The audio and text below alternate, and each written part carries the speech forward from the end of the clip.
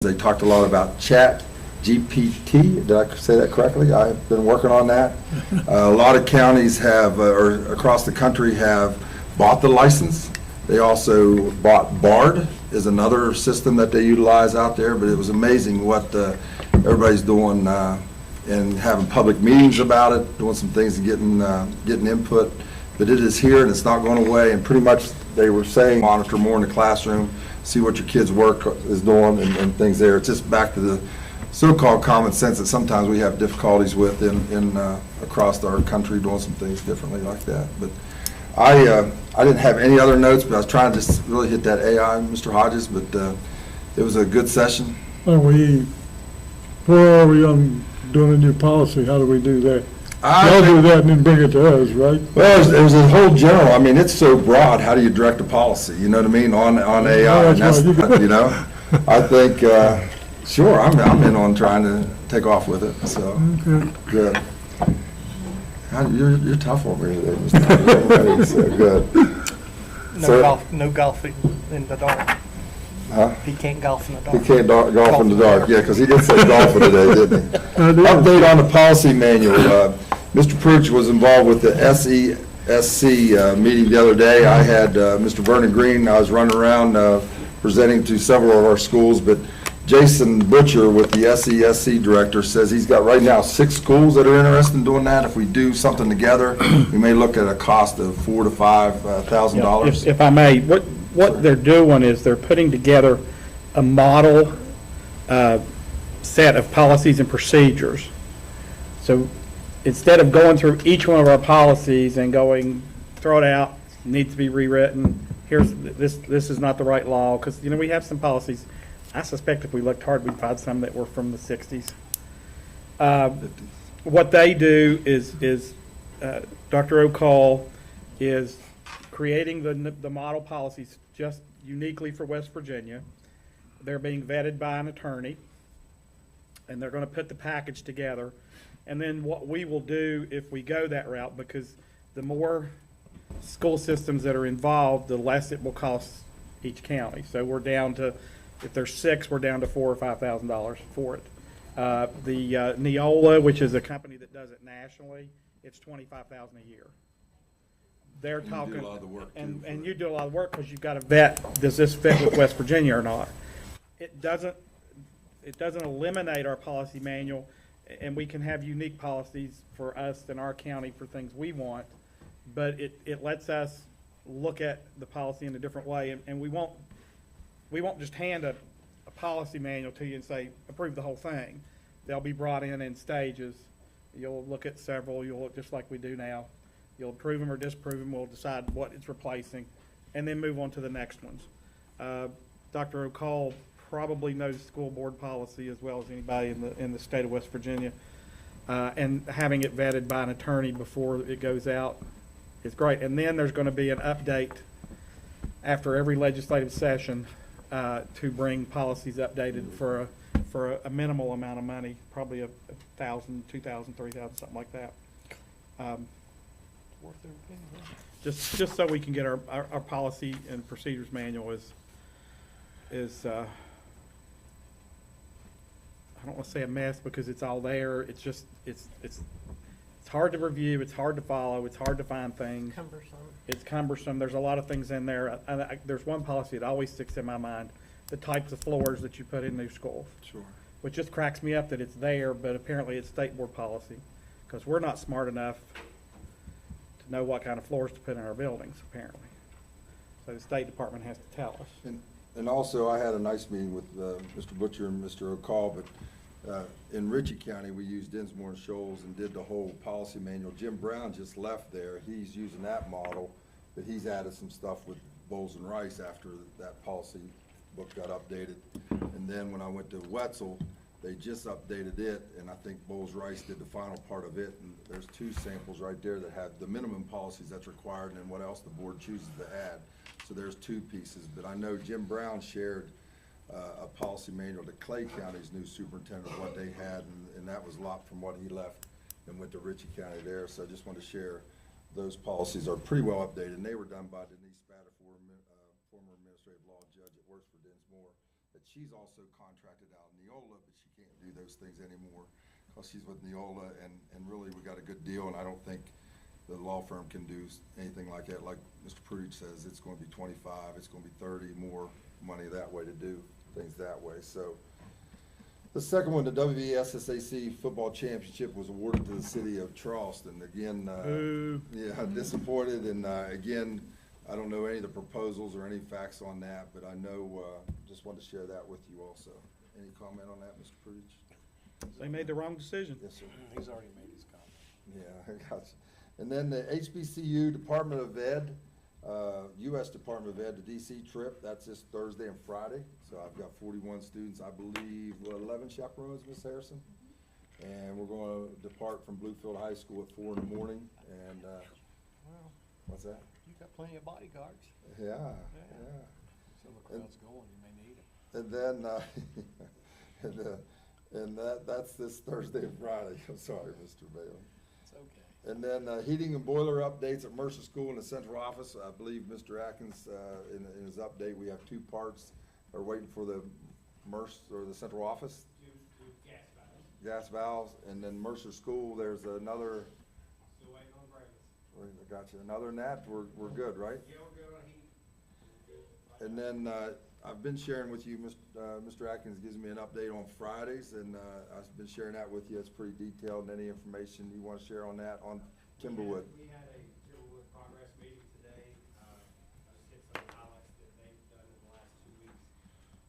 The undercuts about halfway complete in area C and area B are already done.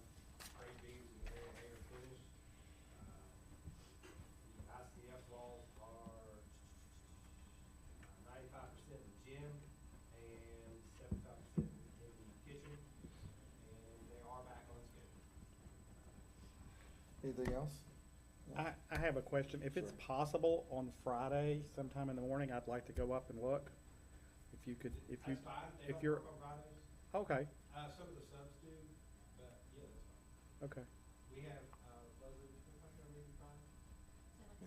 we Friday? They don't work on Fridays. That's 410. Oh, That's pretty typical, if they're out of town. Tom, is there security at don't night work on Friday when they leave the property? Yeah, but I'm They 63 chain years off old. or fence off I think that needs to be reset. anytime? Yeah. So they're not worried about materials? Max is cute. open, that end is, and Yeah. our end. So they're not worried about somebody coming in and taking, stealing materials or anything like that? So the They cop, lock most of it up, you know, they have contacts, they lock their food. so They have- copper guttering's not up there yet, right? They lock their gutters. Well, you know, the reason I mention that is I've been known to troll around every new school we've built I've been in while it was being built. I don't want to get arrested. And, you know, cameras are becoming more prevalent at these sites. I don't want to have, I don't even want to have to spend 20 minutes explaining to a police officer who I am. Take a hard hat. Or it's showing up on Facebook. Mr. Prudish, a hard hat and a clipboard will get you in, buddy. Well, that's true. I mean, if there's people there, I'll just whip out my badge and say, Yeah. right, but, So, next. and I don't want to waste Yeah. I don't want to waste law enforcement's time having to come and deal with something that's nondescript. All right. He'll go with Yeah, that'd be neat. So, next, safety update by Sergeant Melissa Clemens, Mercer County Schools Safety Coordinator. And as you know, you guys been getting texts from me the last few weeks, and Sergeant Clemens is texting me. We're looking at postings. She's contacting out-of-state people from the state officials and getting, making sure what we're doing is safe and all those information from just this Friday night. We were on the phone up to 11:30, and same with, I think it was Wednesday night before Thursday. Yeah, Thursday for Friday, Thursday, Friday. and just trying to keep you guys, anytime I get something like that, try to shoot to you immediately on that. Maybe I don't have all the results and all the information, but trying to give you what we have and trying to solve situations, and her connections with the state police, the sheriff's department, the city police in our area, to even contacting people out of state that had abbreviation PHHS that wasn't PSHS, and caused some rumors for us the next morning. But Sergeant Clemens, if you want to share them anything of how you're working with the regional security people, any update, thanks for your updates for our ball games, and addressing that to be countywide, and the board will make that policy, but we've just pivoted and put that out so fast just to make sure everybody's safe and following the procedures, so. So, starting at the end of January, we had the Capitol Police audit, we had a state resource officer that had been hired last year by the name of Brian Brown, but we recently got a new gentleman, Tommy Williams, he's a retired trooper as well. So he's been coming around with me, he started at the end of January, and he's basically redoing those safety audits that I did previously at the beginning of the year. I went to each school, and it's like a 3-page checklist that they sent down from the state, checking things that the schools have in place, man traps, as long as we had like crisis plans in place, things of that nature. Pretty much we checked all the boxes except for some things, you know, just based on the age of our schools that we're not gonna have, like man traps. I think we have 2 in the county right off the top of my head. Pikeview Middle's built for one, but it's not actually a man trap. We have one in Bluefield Primary, Mountain Valley. And I'm sure the new school's gonna have one, but Glenwood doesn't really necessarily like have a main trap, but, things that could probably be turned into one, but I know it's gonna be costly. So he's finished the last 3 schools today. I was just around with you today, but I was at Bluefield High School meeting with Mr. Collins about the ball game tomorrow. So we've done really well with that, and by me going around prior to that, we were able to find, you know, just little things that needed fixed, like if doors weren't working. We've been able to have some more cameras with, Grant, Mr. Atkins and Mr. Murphy have been able to help us with the alarm systems, to get those kind of revamped if some weren't working. We got some cameras moved at different schools, just things like that we've been able to like get on top of and make sure they're working. As far as the alleged threats that we've had recently that Mr. Tobin mentioned, it seems like it was on an uptick since we came back from that bad spell of wet winter, like right after Martin Luther King Day. We've been able to get those knocked out pretty quick, in the evenings, as far as getting on top of it with law enforcement and getting an officer to the house, searching the house. We've coordinated really well with that, and I truly appreciate them that they take the time to really look into those. And then being able to provide us with a police presence, just to make everybody feel safe, the following day. Just, you know, let the public know that they're working with us. And I see you grinning up there. I couldn't help it. In most instances, but. Most instances present. Those have worked out, really well. None of those so far have stemmed, any criminal charges have stemmed from these most recent ones. As far as, like, I know you're looking concerned, Mr. Godfrey. Some of them, like, as we look into them, a kid will see something and say something, which of course we're happy that they do, but as we've been able to delve into it farther, there hasn't actually been someone that has actually made a threat. We had one at Bluefield, where they thought they saw a gun in the young man's pants. Weren't really able to tell if that was, but I contacted his juvenile probation officer, the state police went to search the house, did a pretty thorough search on that. Now, the one at Glenwood that was posted with an actual threat on Snapchat, state police are still looking into that. But so far, so good. Those have been working out. Like I said, we were able to contact Roanoke County, who's the one that had PHHS audit. Apparently, a student or even maybe a parent flipped the letter Patrick Henry. and said, you won't see me at PSHS My grandson. tomorrow, which caused an uproar. I think it seems like We've had those we've had 2 of those with that particular high school, if I remember I right. think they had one last year. Yeah. Or maybe in the fall. They actually ended up closing school, Yeah. that day, Right. last week. They actually closed Roanoke County schools for that.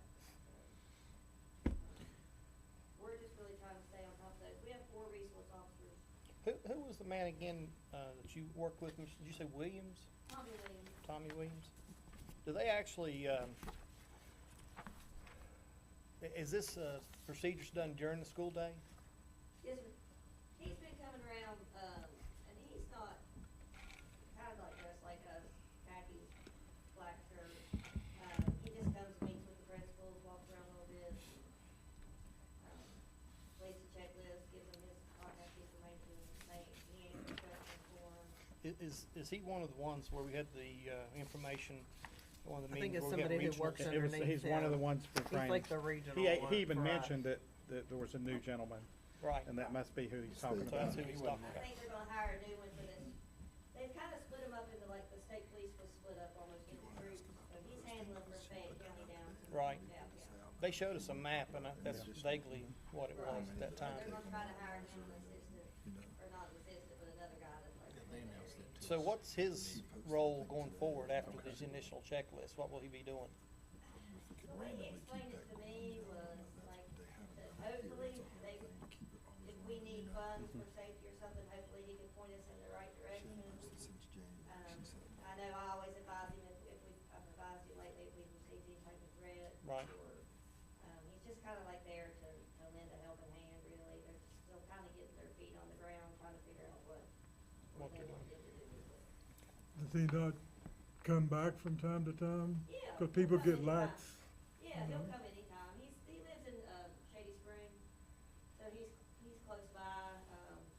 They're also paying them like some overtime money to actually just go, to go to ball games and extracurricular activities as well, to be in the area, so, things like that he can help with just to be seen. But they're still kind of trying to figure out their program too. Cause they just set that up, I think, last year. At their meeting recently, and I think you just used that phrase, and I'm not sure I completely understand, but I think it was an app, see something, say something. Yes, I He think- talked about all the students and the staff. Do we have that? Yes, sir. We do, it's on our Oh, computers. Every kid has it? Well, on the we computer. shared On the it out. computer. So it's on your phone. You can It's you can it's an download that on eyeball your that phone. Yeah, I says downloaded she's it. saying. Are we- I've got mine on my phone. Do we We use it? actually had a couple of those instances. We had some, and I hate to say this out loud, ridiculous things that, something about the steps, something about this person watched me go in the bathroom. We had some stuff like that we get a notice on, and sometimes it's ridiculous that we have to, He said some of them. they want to report on that, but that's all we've had from that group. We haven't had anything serious from that, see something, say something. Probably use a tutorial maybe for what they're supposed to be used, like Mr. Tobin, you know, it was somebody, I hear, was a guard they didn't like watching them go in the bathroom, and then there was like gas smell. Mhm, I've got it on my phone. It immediately notifies the fire department, it goes to 911, emails, we got, emails. and several of us get sometimes emails. He'll send those to me if it's something else that needs investigated. Have our kids been trained on the purpose of it? And Pardon? have our kids been trained and talked to about what it's there for and how to use it and anything? We did, so a couple things, it is pushed to every desktop, that's per the state, every student device, there's an icon on the desktop, so anything that a student has, they can. Does that include the iPads for primary kids? It does. Okay. So that app is out there as well. Now, they did, I think it was due to I think it was after the gas leak, issue or incident, that we put out some material to the administrators. And then they did communicate with the students, but that's been over a year ago. Yeah, that's been a while. So not to my knowledge, that's the last time that we put out any communication from the federal department. It'd probably be a good idea if it was part of the, welcome back to school procedures with our administrators when they talk to the kids and the And- teachers. And it was just in the superintendent's update after your meeting, that was all out there again, so I think when you get those Mondays, so that's the thing, making sure they read all those things and go over, but we'll push that out. I mean, I've got the handout from after your all's conference, all those things get shared, so. So do you have any suggestions that we need to hear about safety? As far, the night locks are a wonderful thing, I really wanna, I appreciate those night locks are wonderful. As far as, you know, I was like talking with Officer Williams, as he's talking to the principals, as he goes around, you know, a lot of this stuff's common sense. Just kinda paying more attention to your surroundings and, you know, checking your building and, you know, doors not being propped open, things of that nature, which we didn't have any problems with that either. You know, he mentioned that he walked into one of the Christian schools in Raleigh County and the door was propped wide open and he couldn't find anybody for a long time. I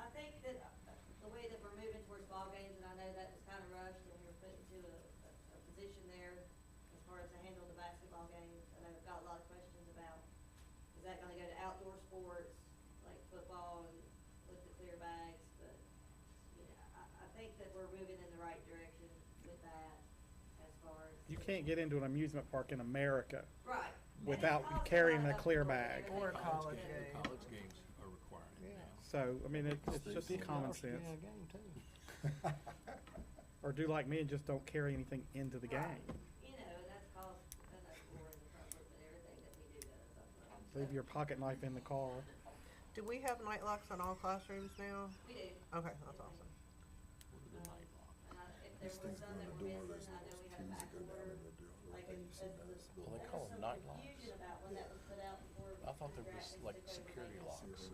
If we About shut what this, they- we can lock they and just they wanted can't the come counter in. door, and That's they called a didn't night lock. explain what it I didn't know was what it was for. called. The state fire marshal put it out, so there were some that needed added, but and they were on back order, but. I remember that, yeah, good. There may still be a few, like, closets with hidden rooms that don't have. Okay. About probably 30 more at the beginning of the year.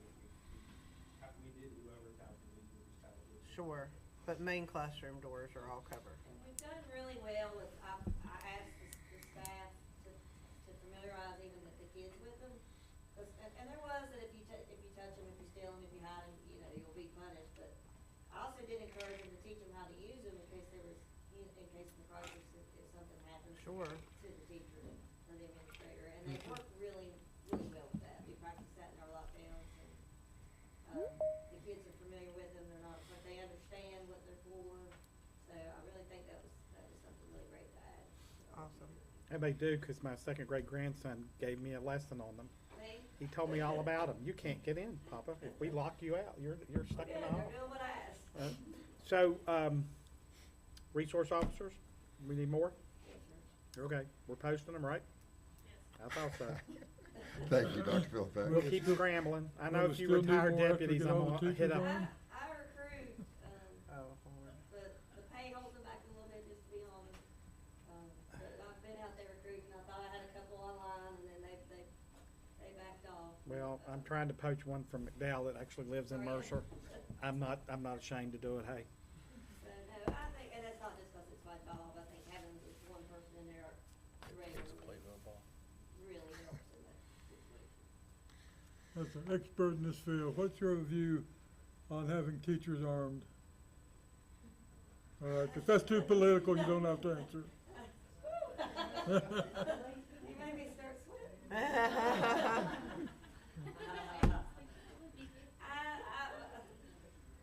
You- I don't, well, you know, it would depend on what kind of training, you can't just give somebody with a concealed weapon. 24 hours. You think 24 hours is sufficient training? Yeah, I mean, it's a lot to be trained on when to be put in that position to take someone else's life.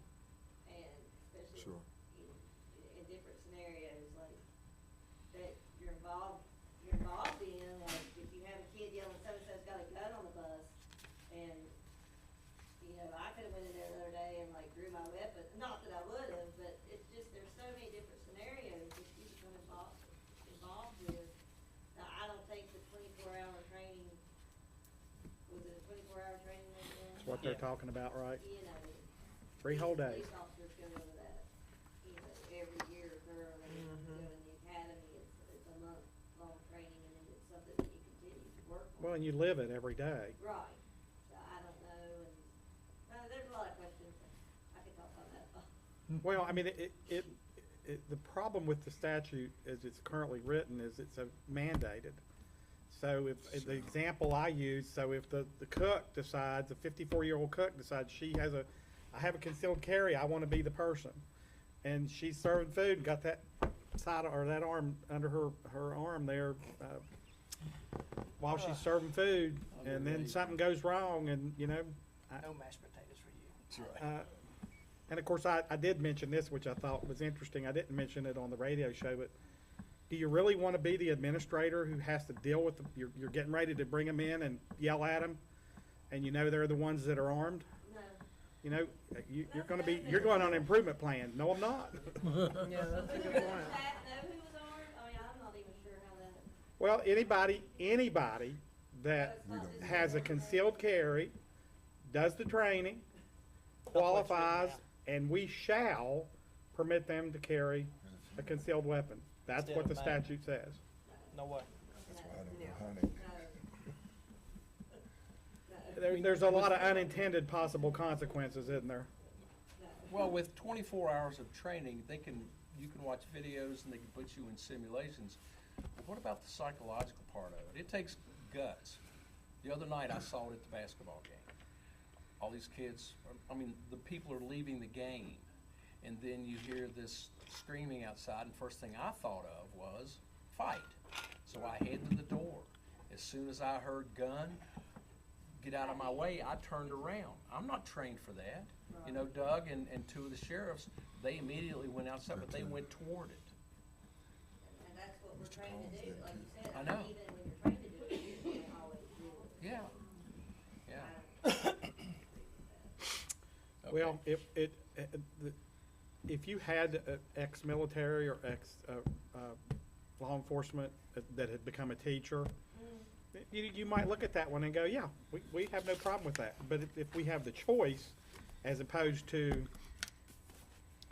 as I said, there's some people that are just hotheads. They're naturally hotheads, and it's just their nature, and they're good teachers, or they're a good custodian, or a good cook, but they're a hothead. I don't know that I want them to have a weapon. I've had at least a few teachers tell me if somebody was carrying in their building, they would resign or find another place to work. Yeah. Heard the parents say that. And I've suggested that that's probably part of this. Okay, anybody else have any questions? Thank you. All right, thank you so Thank much. you We for all you appreciate do. your efforts. All right, so there's no citizens input. So we're looking for the approval of the minutes, February the 19th, 2024. Is there a motion to approve? So moved. Is there a second? Second. There's a motion and a second. Questions, comments, or discussion? Then on the motion, all in favor signify by saying aye. Aye. Opposed likewise. That motion carries 5 in favor and none opposed. We'll move on to the consent agenda. Board member number 256 is Concord University's request that a Bonner Scholar be placed in Mercer County Schools to complete community service for the semester. To maintain the scholarship, they have to do an average of 8 to 10 hours per week. They'll go to Melrose Elementary. Superintendent recommends approval. Board memo number 257 is Southwest Virginia Community College's request to place a student for 40 hours of observation for Foundations of Education at Montcalm Elementary during the spring semester. Placements contingent upon completion and submission of the required forms, background checked, and the university naming a site supervisor. Superintendent recommends approval. Board member number 258 is bid number 953, milk and dairy products. These are purchased for the child nutrition program. The base cost of the milk is set by the USDA, so only delivery fees are bid. Bids were advertised in 2 newspapers. We got 1 bid from United Dairy. Last year, we spent $491,672.66 on milk and dairy products. This cost was the delivery fee plus the USDA milk cost. Superintendent recommends approval to award the bid to United Dairy, Inc. Board member number 259 is payment of invoices for February. The checks have actually been written or are being held in the Office of Treasury pending consideration by the school board. Board memo number 260 is P-card transactions which are attached. Superintendent recommends approval. Board memo number 261 is Smallwares HPS contract number 355 Partstown. Child Nutrition requests the board approve for Smallwares purchases for Partstown under a cooperative contract. Given that it's a legitimate government purchasing contract, no bidding is required. Superintendent recommends approval of the Smallwares purchase from Partstown to HPS contract number 355. For everybody's knowledge, the expenditures in 22-23 were $25,438.55. Board memo number 262 is Bluefield State University's request to place a student in Mercer County Schools for 10 hours of observation for Education 110 Foundations of Education, the spring 24 semester. The individual will be placed at Bluefield Intermediate and Bluefield Middle Schools.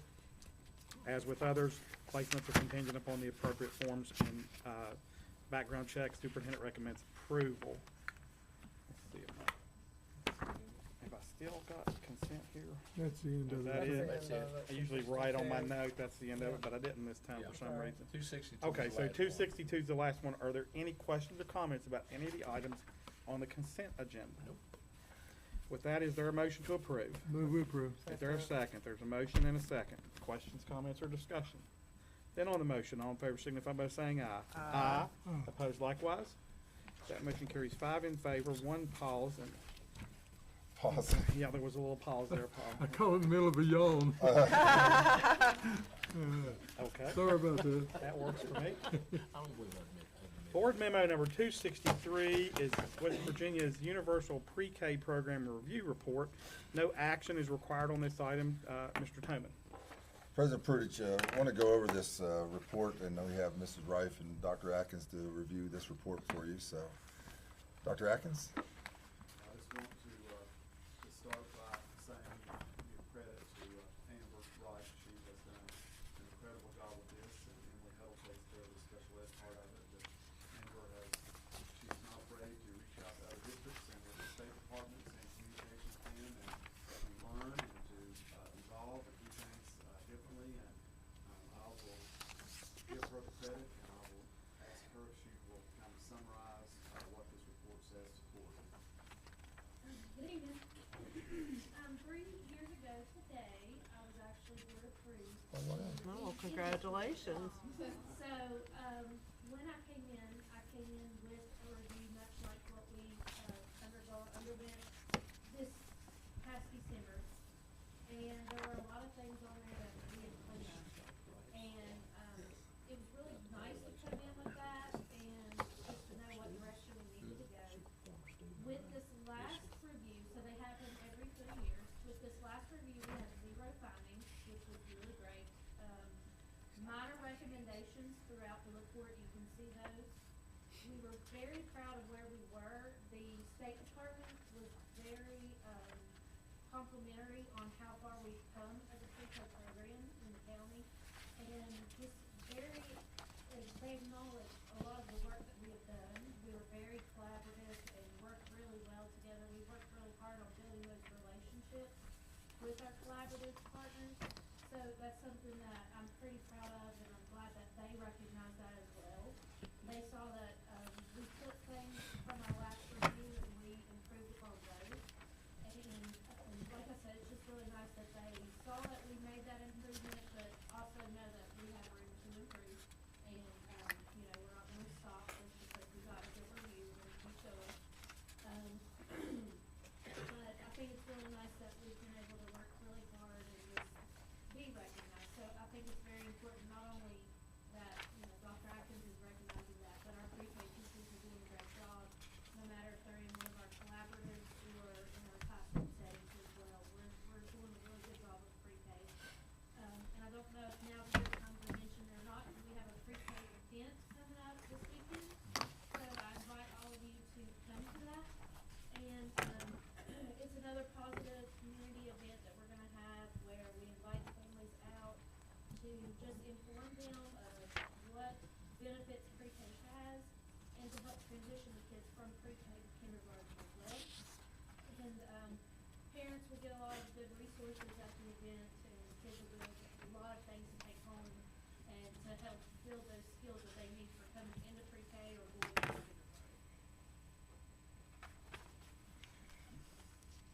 How do we address the fact that some of our pre-K programs are actually operated by others? Well, we have a core team in place, so that's myself and Emily Huddle, and then we have a representative from the daycare centers, and then a representative from Pace Head Start.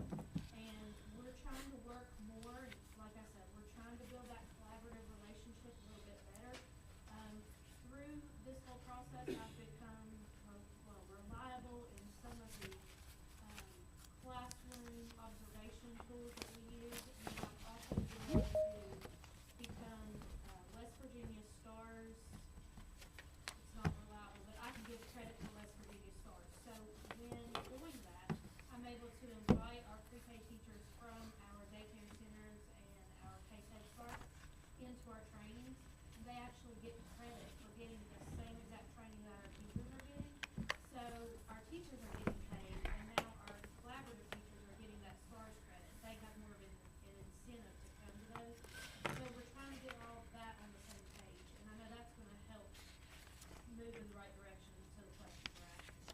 So if there are findings directed toward, I know we didn't have any, but just if there are findings directed toward those programs, it would show up in the report. Yes, for an example, I'll give you this one. We had one finding that was the day of. We had that meeting on December sixth, but then you have, like, within 10 days, you can make,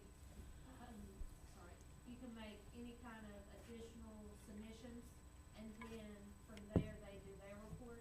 So we had one finding in the initial review that showed, something in the case Head Start, with their collaborative assistant teacher not being fully certified, but her paperwork was in at the State Department, she was missing a piece. Before we got out of that meeting with the State Department on December sixth, Case had already, texted that girl and told her she had to get the paperwork in, or the payment, whatever it was, and it was addressed that day, and we got that paperwork in within 10 days, so it was taken care of almost immediately. So yes, if they found anything in any of those classrooms, they would write that up in the CBO. We have no administrative control over those programs, is that right? We don't. It's just We- collaborative. It's just a collaborative, but I am building that relationship, and I do have that, kind of an open door policy with them, to where I can go into those centers and into those classrooms. I just like to give them a heads up. I don't just walk in, but, and they've all been very welcoming to me, and, they've invited me to come to their trainings that they have as well. So I think we're on the right track with building that and making all of our classrooms the same. Okay, great. Other questions for anybody? So,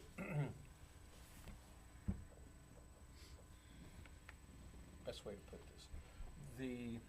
this, this pre-K program is kind of like the building block to get them to the first grade and second grade. Since the state legislated pre-K, was it pre-K through 2, or was K through 2?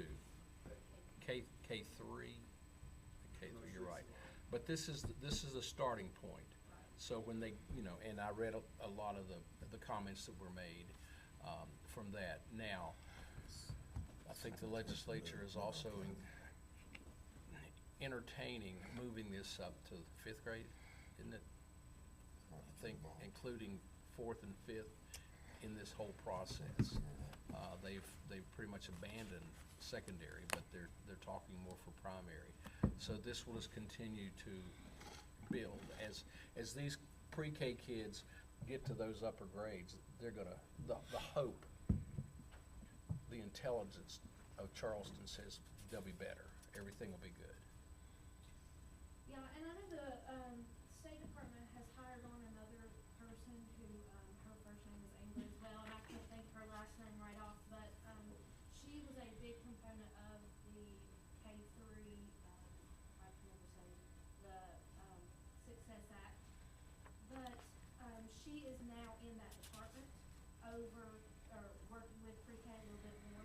So I know that they're trying to pull in pre-K with the K-3, act that we were talking about.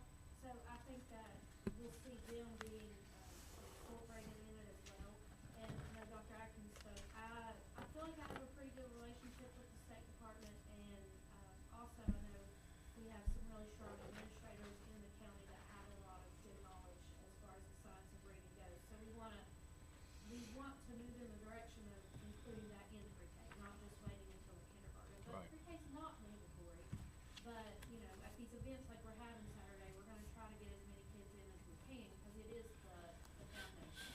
They're our youngest learners, and we've gotta build that starting as soon as they get in the doors. And, I mean, that's with attendance too. I know we talk about attendance in pre-K. I mean, it's important, so it all builds. Good. Thank you. Anything else? You invited us to an event, when, where, I don't know what? that I ever, told any of that information. So it is this Saturday We will get it. from 10 to 2. You don't have to come the whole time. It's just a stop in and see what all's going on. And it's at the Chuck Mathena Center. So we switched that up this year. In the past, it had been at the mall, and then we moved it to a school location.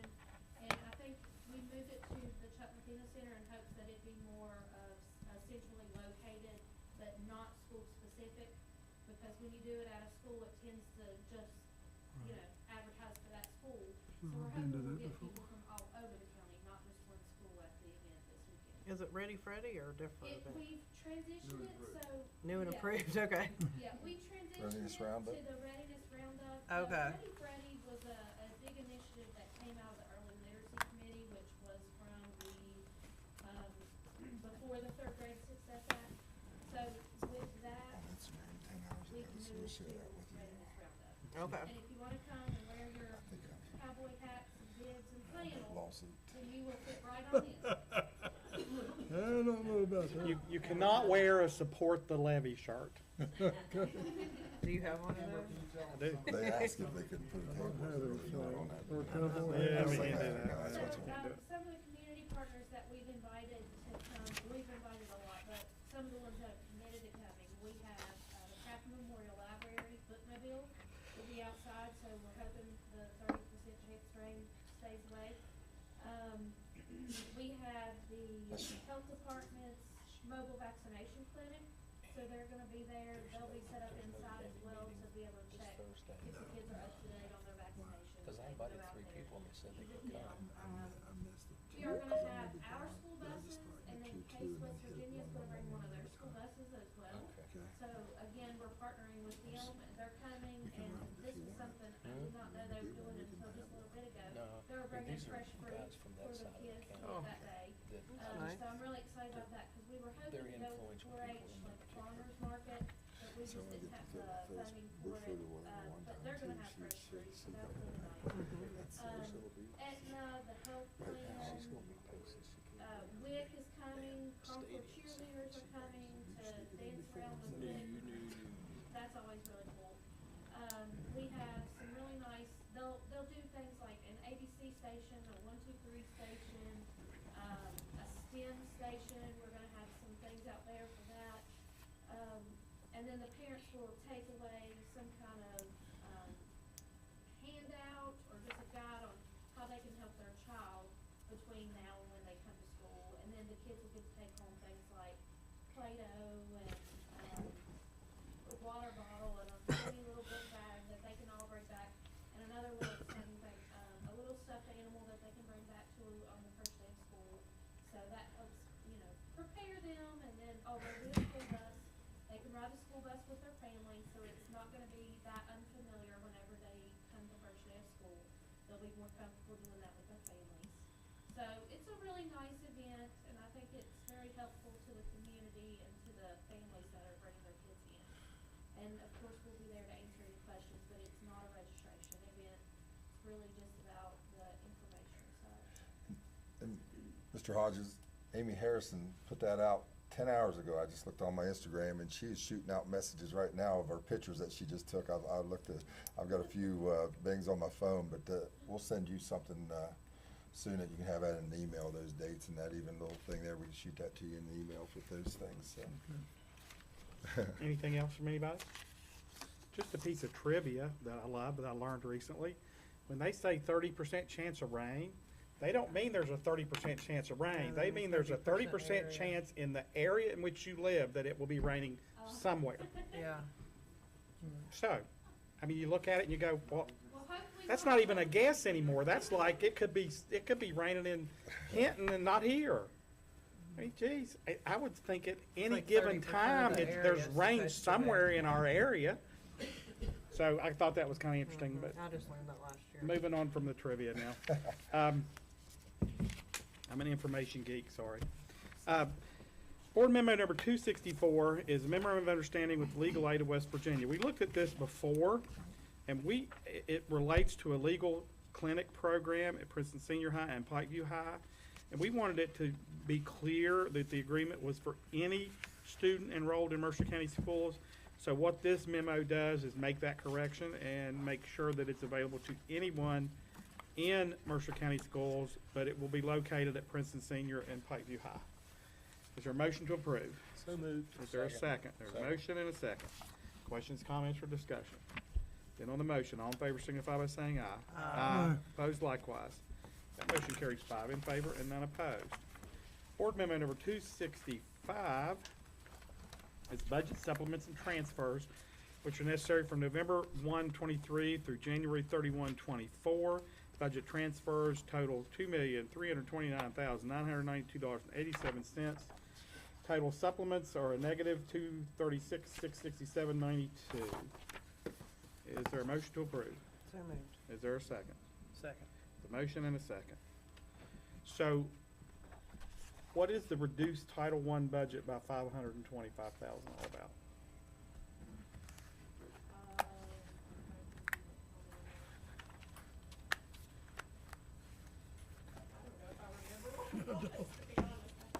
It may be, and Lauren can speak better to that than I can, but it may be, they only allow 15% carryover every 3 years, but during COVID, they allowed, greater than 15% every 3 years. During COVID, for 3 years, they allowed the full amount, but it had to be encumbered and spent by September 30th the following year. And that may have been an amount after those 3 years that did not, that missed the deadline. That I have to verify. Okay, but you were, I know for the last year, you've been scrambling to spend it on all the legal We've been programs we spending, can. Responsibly, you're correct, everything that we can, but also do not want to approve frivolous spending or things that are illegal and not allowable expenditures of federal. Well, we don't want to waste taxpayers' dollars regardless. Exactly, and it was millions of dollars, so, Yeah, we've done a lot with the money we had, so it looks like that's just money going back that over the course of the 3 years during COVID, we just couldn't spend. Because we're not gonna fill rooms with books and stuff that nobody's gonna use. All right, kinda what I thought. Any other questions? Actually, that is last year's, you're exactly right, that's last year's project, so that's exactly what that is, the 413 is last year, so that that is was the the, cumulative carryover Yes. of the previous. So that was actually probably 3 years of cumulative carryover? yes. So the number that we were starting with was much, much higher than that? Millions. Okay, all right. Well, good. Absolutely. Hey, again, you don't want to be wasteful. You don't want to just throw money at stuff. If they'd let us use it for, man traps or something, that'd be awesome, but they won't let us do that. Any other questions on the budget supplements or transfers? Then on the motion, all in favor signify by saying aye. Aye. Opposed likewise.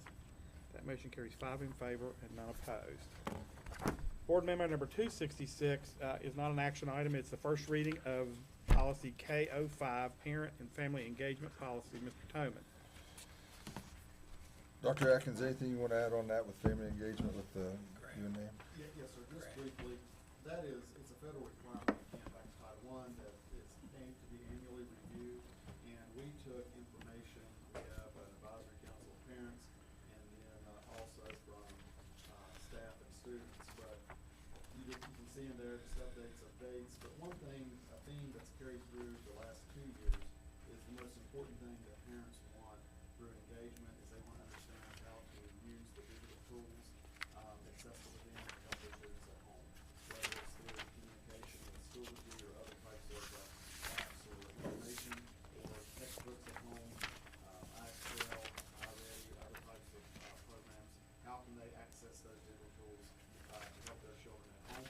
So we did include that in our policies to reflect that that was such an overwhelming theme that we've heard from families everywhere. And when we want to try to increase something out in schools, we have contests, and elementary principals are very competitive. And so I had a parent engagement contest. Who could have the most creative event to promote the digital tools and teaching families, and our TIS, Jason coaches for elementaries, they did a great job in helping support schools with that, and we had a really good time with it. And that's really the most substantial change to the policy. Okay. Board members, comments, questions, thoughts? It's just, you've added, basically, just additions and a couple cross-throughs just to clean up the language. Okay. Social workers. But it's the ongoing policy. Yes, sir, Mr. Jones, correct. We added where, we spend a lot of federal funds on Title I social workers and mental health support in our schools, so we thought it was important to note that as well. Okay.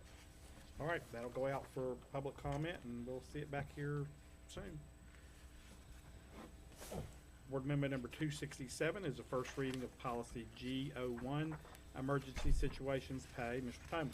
President Prudich, as we handed out to you last week, a draft that that legal counsel put together for us to help us when we have an emergency situation like the situation at Bluefield High School when we had the pipes burst and calling people in. So we put that all together in policy format, and I think we discussed most of the situations that way. If there's, they don't have accumulated overtime and certain ways to do some things that take care of people when they do come out on certain holidays and things like that. I think we have every piece covered in that. If you have any questions, I'd be glad to try to answer.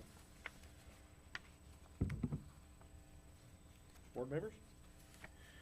In the you've got the 4 different, well, it says but are not limited to the following. So it's basically a determination from the principal or whoever has to make the special request, or Superintendent. the superintendent will contact him and No, then he'll decide. It's his call. Yeah, so the principal, like in that case, Mike would have called Mr. Toman, and then he would have made that determination.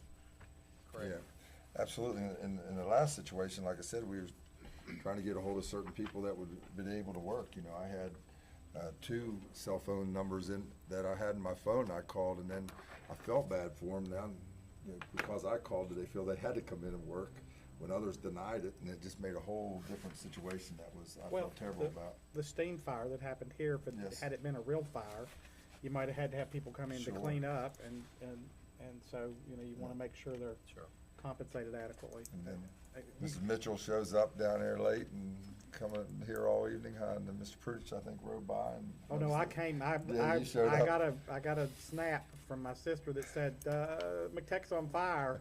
I looked at my wife and said, I have to go. Yeah. I was on my treadmill, yeah. Yeah, so I was it was cold, and I was in shorts and a damp T-shirt where I'd been sweating, because there was a fire at McTech, and I was gonna put it out. What a guy. What a guy. All right, good for Hey, you. gotta take care of McTech, so we were gonna put the fire out. And I get there and I see her standing beside the fire engine and one fireman, and I thought, must not be a fire. Thank you all, though. Okay, if there's Any no questions? questions, then it'll go out for public comment and we'll see it back in due course. Board Amendment number 268 is a first reading of policy G40, critical need and shortage substitute bus operators. Mr. Toman. President Prudich, if Dr. Philippek wants to comment on anything with the shortage of the bus driver, that policy, you wish? Basically, this is our first year for the critical needs and shortage of bus operators. It's similar to our critical needs for retired teachers. That's the same concept, that if they, are in a position where they work more than 140 days, that they don't have that penalty. And so, we're charged with creating a policy and having it approved by you all, and then it goes to the state board for approval, so that we can fill out affidavits to the retirement board for these retired employees. Thank you. So we haven't been able to actually hire any because the policy hadn't been approved by the State Department yet. Okay, all right. Questions, comments, thoughts? I mean, it's a pretty straightforward policy, but desperately needed. Any retired bus operators say they're interested? No, not as of yet. Okay, all righty. Well, that'll go out for public comment, and we'll see it back shortly. Next action item on the agenda is Board Amendment number 269, which is abolishment of coordinator of inventory supervisor, crew leader, clerk to 261-day employee in the maintenance warehouse. Superintendent recommends approval. Is there a motion to approve? So moved. Is there a second? Second. There's a motion and a second. Questions, comments, or discussion? Anything you want So me I to have a explain big more? Y question mark on my thing. With staffing, looking at ways we can look at other areas, we felt we can absorb this by doing some maybe mutual agreements without giving you too much information during staffing. But working on mutual agreements with other staff that we feel we can do away with this position and bring it to you to abolish. Okay. Is that clear That enough? just was, yeah, I mean, it's, Any other points without giving too much facts on personnel? I just hate to do that out loud, and can't do that prior to either, Dr. Philippek, in my past, so. Yes, so there, we're not yeah, replacing that, right, so you're just not feeling it. yes. And you feel fine with the Look at Tom. abolishing the part, yeah. I thought he was asleep for a minute. Actually, I had my glasses off and I couldn't see. Yeah. So you do think it can be absorbed without too much difficulty? All right, that's all I need to know. Anything else from anybody else? Then on the motion, all in favor signify by saying aye. Aye. Opposed likewise. That Thank motion you carries 5 in favor and none opposed. Hey, I'd rather do it by attrition than telling somebody they gotta go. That's tough. Yeah, Yep. absolutely. We've been able to do that for years. I'm afraid this won't be that kind of year. You got that on this one, too. All right, so, board member number 270 is the personnel agenda. Is there a motion to approve? So moved. Is there a second? Second. All right, there's a motion and a second. Before we vote on this, I just want to take the opportunity to note that Christy Lynn Bell is retiring on us effective March 31st, so she's got a whole, it's leap year, so I it's got could get 34 3 days, votes 34 against this, by the days. way. So, just want to take the opportunity on behalf of the board and the county and all the kids that you've served and all the people you've worked with to thank you so very much for your time that you've put in. I know how harrowing the job you do is, and I know that we all aggravate you to death by telling you gotta, I aggravate you to death by telling you gotta identify more kids, and I know you do a great job, and everybody appreciates the effort. It's a really challenging job. It's a really difficult job, because we all want the kids to get everything they can get. I'm trying not to make you cry, but I'm gonna. Get her. So I just want to take the opportunity to say to you, on behalf of all these little kiddies that you've helped over your career, that you've made a difference in people's lives, and you should retire knowing that and being happy about that. 43 Absolutely. years. Stand up. But I have a question. Is there a way we could get some type of a volunteer position as poet laureate? A writer for the group? volunteered to just keep this position, I'll just come back. Like your letter. Yeah, I'm talking about her letter. Yeah. No kidding. That's good. Thank you, Lynn, too. Awesome. Thank you. Couldn't find a better group to work with. Well, you probably could. Yeah. Well, we appreciated that very much. Well, you didn't get rich monetarily doing this, but you did get rich, just in a different way. That's awesome. So, with that being said, on the motion, all in favor signify by saying aye. Aye. Opposed likewise. That motion carries 5 in favor and none opposed. There are no other action items on the agenda. Mr. Toman. Any administrative updates, Dr. Atkins? Anything you want to do on 23-22 that we just went through quick? Any update on that to note? Just real quickly, we had some trainings last week, I think, writing, that went very well. Just kind of a snapshot, it's the same model we use with mathematical mindsets, just a little snapshot of those things. We'll offer a more in-depth training later. Very well received, staff and Ms. Rocco's team, one of the ladies attended 6th grade at the state level, that was a trainer.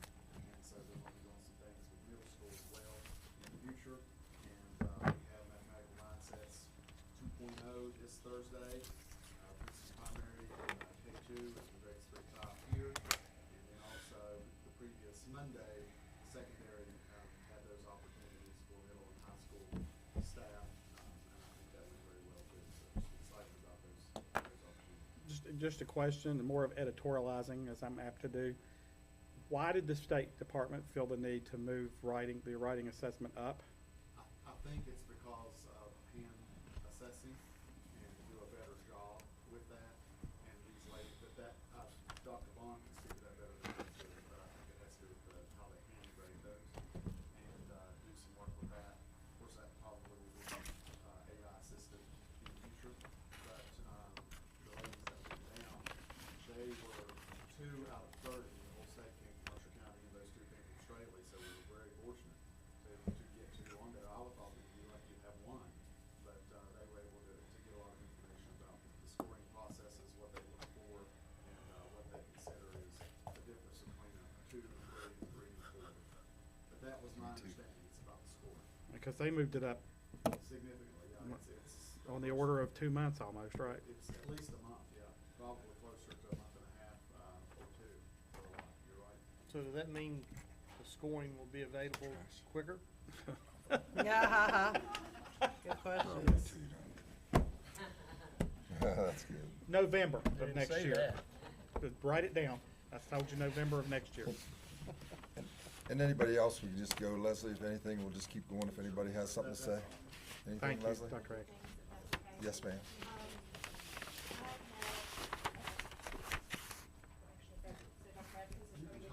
I don't, hold on, really quickly, one of the documents that is something Mr. Cruiser asked for, which was our revenue by source and breaking out our actual property taxes a little bit more from the state aid. Right now, they're all lumped in Fund 11, so instead of by fund, I just took this by source.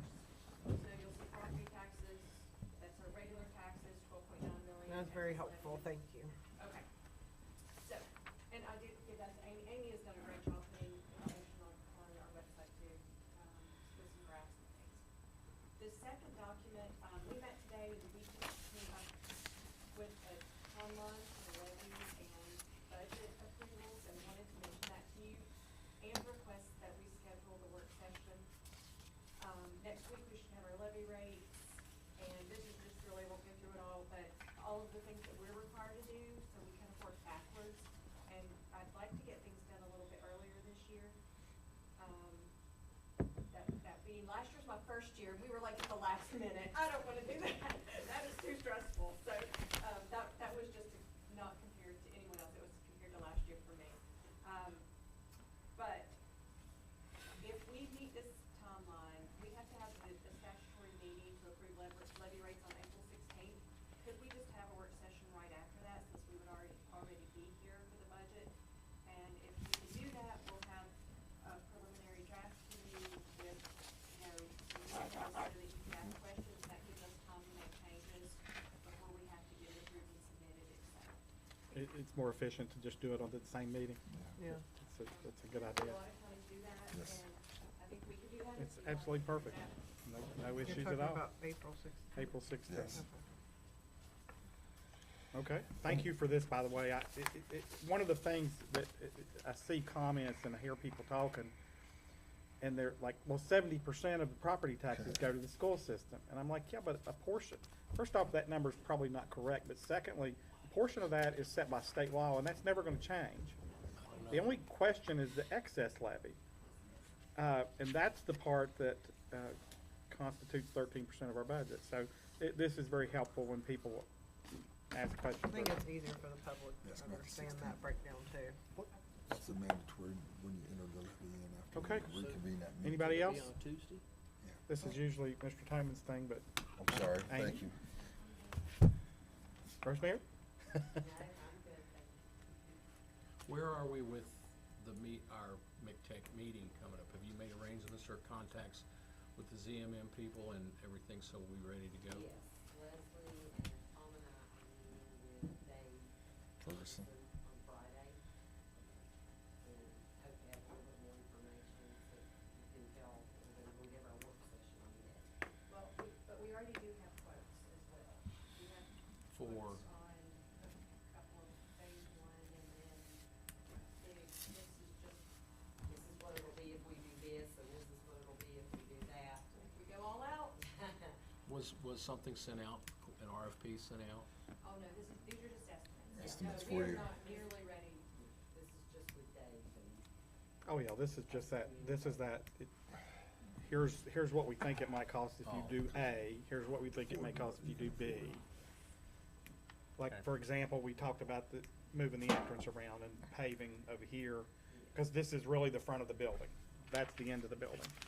And what you could do, and moving office staff to the door and creating a man trap. I mean, they can ballpark that. Okay. And we'll talk more about that when we get to that. He's done a nice job with that, so we're meeting Good. Friday to make. Okay. I don't even wanna know the number, the big No, number. that's a scary No, part. you You don't. probably wanna know. don't. Don't wanna know it. Okay. Anybody else? Amber, thank you for your presentation too. Thank you. Yes. Yes, yeah. Amber Rife, thank you. Thank you. And Amy or Amber, anything? No?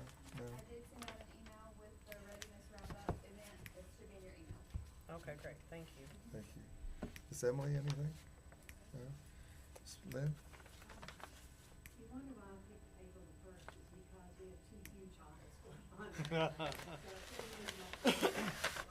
So we submitted today the Medicaid audit, which is huge, because all the financial into it. So I was happy to put that to rest today, and we'll see, I think we're pretty fine on that. And then the state audit for special ed is coming March the 19th. Yeah, and the three schools they picked to monitor are Montcalm High School, Woodford Intermediate, and Lakeview Middle. So they'll be on site the 19th to the 21st for those schools. Thank you. Dr. Philippe? Well, so I just want to give you some preliminary information as far as staffing is concerned. We will be delivering letters on March 5th and 6th, which is next week. Right now, and these are approximate numbers, but nothing definitely is done because I'm still working through some last minute details. But we've got about 50-some positions that we're dealing with, that we've either, well, we terminated through our staffing needs with principals. And right now, as far as looking at different classifications for service, our aides, we should be able to cover the ones that we're cutting simply because of the addition of our second grade EK aides in the classrooms. And that may leave some carryover for individuals that are in other classifications that may want to switch over to an ECAT aide, that may be on the recall list. So that won't fit everybody's cup of tea, but that might get a few people. So service, we're looking okay in some areas. Others, I'm not quite sure about right now. And professionals, there are very few positions that we are looking at that will not have positions next school year through the recall process. We'll have jobs to advertise and they will be filled by those individuals. There may be a few exceptions to that if they're specialized areas, but overall, right now, I think we look really good in the process that we've used this year to really contain our numbers so that we're being financially responsible as a county. Do you anticipate that we'll do like we've always done, which is carry some over formula in both professional and service?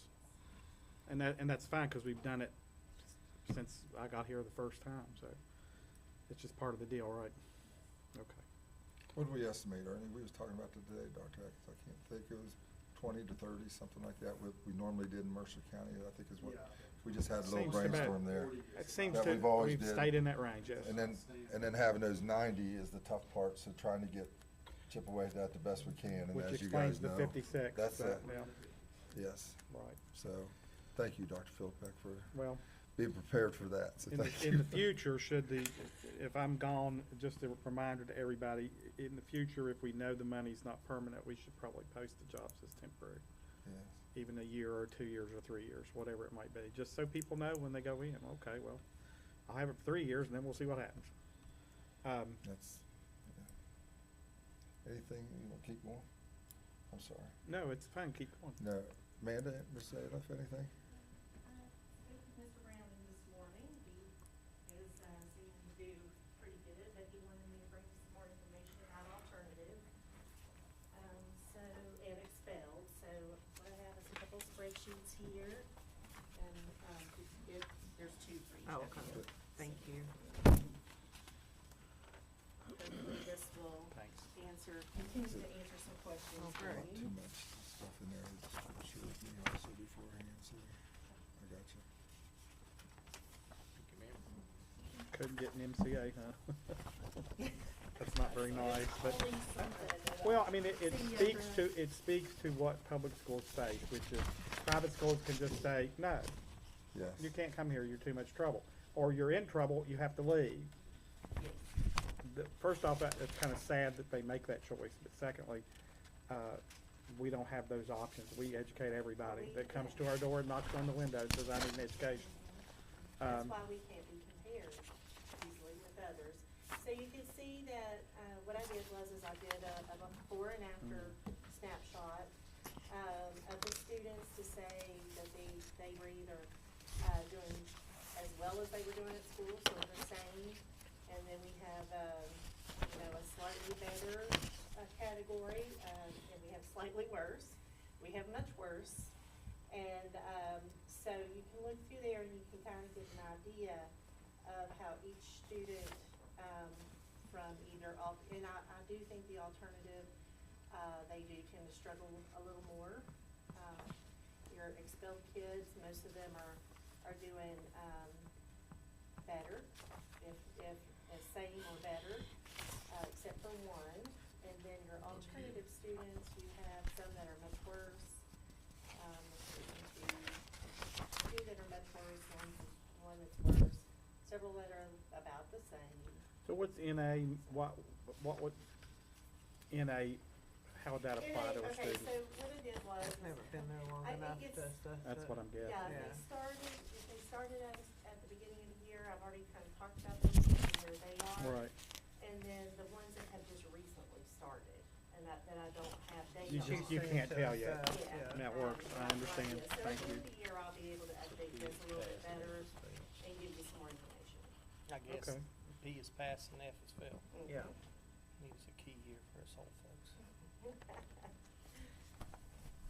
That's very helpful. Thank Yes, you, it is. Randy. Thank you, man. Very Thank helpful. you. Knocked it out of the park, girl. That's what, Good. thank you. Mr. Atkins, Very good. anything? Thank you. Mr. Murphy? No, no. Mr. Are we- Belcher, thank you for being here. too. Let me ask you something, given the twins work for you, they know things, tell me in advance, and so are we getting ready to make some substantial purchases in IT to, We'll be coming to you very shortly with some, we do have some monies that, This is very need to be spent on these days, and some purchases that we need to make, iPad, computer, set devices, and, school supplies. so explain the second device for teachers, it was interesting to hear the explanation, I mean, it makes sense, but I wanted to hear it. So most teachers right now have a second device, or we actually gave them basically a screen device as their second device. But in this case, the problem we always find is the teacher wants to have a device at their desk that you bring back to the room. They don't want to have something like a smart board in the front of the room to show students and interact with students. And so what they did, about 3 years ago, we bought a new teacher laptop. Our intention was that everyone would be connected to smartboard because that's predominantly what they do during the day. However, they didn't feel comfortable with unplugging that. They didn't want to take that away or take it home and take it to the desk because once they get everything hooked up, they want to be able to use it. So we quickly saw that to be a problem, that they really need one to work with that's doing grading, doing lesson plans, doing all the things that they do, but then they prefer to have one connected to the smartboard, ready to use. This technology money's from the state, is that where this You know, is? it's actually federal, so Leslie, it is, it's some carryover or it's ESSER. Bring some hard money.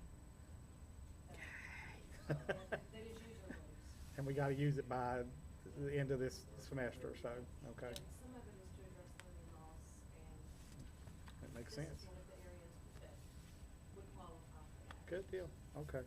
I just thought that was kinda interesting. so. Well, we've been doing our homework, we've been working on getting quotes, evaluating some devices and getting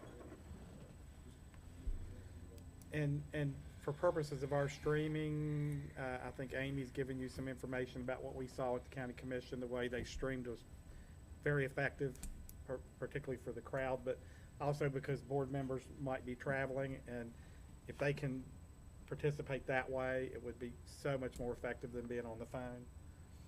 So you're looking at that as well? We're trying to find a ceiling now, so we don't have to sit it in the middle of a table that looks kind of janky, but. Okay, cool. All right. Anything else? You have those few things here, but I think You we covered, I mean, we Yes, covered sir. those. Again, the policy and procedures manual, it's certainly the board's privilege, but I do think that if you can streamline and I'm still hung up on that there's a policy and there's a procedure. They're two separate things. Sure. And they need to be treated as such. Sick leave is a procedure as much as it is a policy to me. It's step A, step B, step C, step D. That's really a procedure more than a policy. However, they kind of overlap too, so, you know, it depends. It would be nice to clean it up and to have it bright and new and shiny but it'll be the Smaller. board's call Yes, to look at it. Because right now, I guarantee you, if you ask a parent to find something in policy, they will be calling somebody and saying, I can't find it, where is it in policy? They call me and then I can't find it, so I have to call somebody. There you go. I do the same. Yeah. So we need to work on it, and we can either spend a lot of resource that we need people doing other things in-house doing it, or we can go through this process, which will give us and afford us the opportunity to have a nice, uniform, clean policy and procedure that we can alter in any way we see fit. It still That's is gonna for take local. some time to mesh that. But it's with gonna, what we but it's have, gonna be yeah. it's gonna be I a, think a year process. I'll is bet what at he's least, thinking. Yeah. Maybe further. because you don't just, nobody, it doesn't make sense to hand you a 300-page manual and say, let's vote on it at the next meeting. Or we'll put it out for public Also, comment. somebody has to go through and look at the old policies and see where they're covered, or do they Exactly. need to be Exactly. eliminated, or. Exactly. Okay. Anything Okay. else to come before the board? Mark has been indicating to me it's time to move with adjourn. Oh, Mark's ready before All right. you do? Or Is you there just any blaming it objection? on him? Any objection? None. No, Mark seconds no, Paul's he motion. giving me, I he take giving me it. the nod. He's giving you the look, it's All right. time, Thanks, everybody. Must be a Thank District you. 3 thing. maybe. Thank you, nice meeting. It was a good meeting. And I do go ahead and put on the next agenda. Just do it. Put it on the agenda, we'll just vote it up or down. Oh, I got you. Vote on it, not just start at 6. Yeah, I got you. it's per Yeah, we'll policy, do so it, we yeah, can't make yeah. a change, but it I got you. seems to me like the group is all for it. Thank you. Yeah, he said that, Eddie Campbell didn't come to any of those hearings. And then, Mark was upset that Mike abstained. He abstained?